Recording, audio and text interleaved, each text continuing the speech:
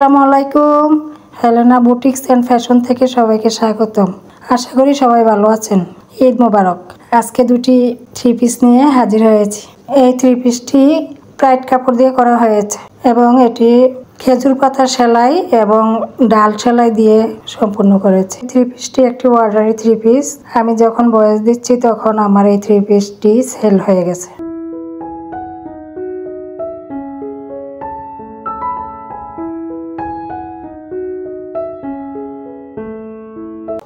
এটা হলো জামার সামনের পার্ট।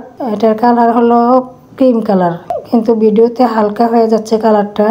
আর এই সেলাইটা হলো খেজুর পাতা বরট বা খেজুর পাতা সেলাই। এটা হলো ওড়না।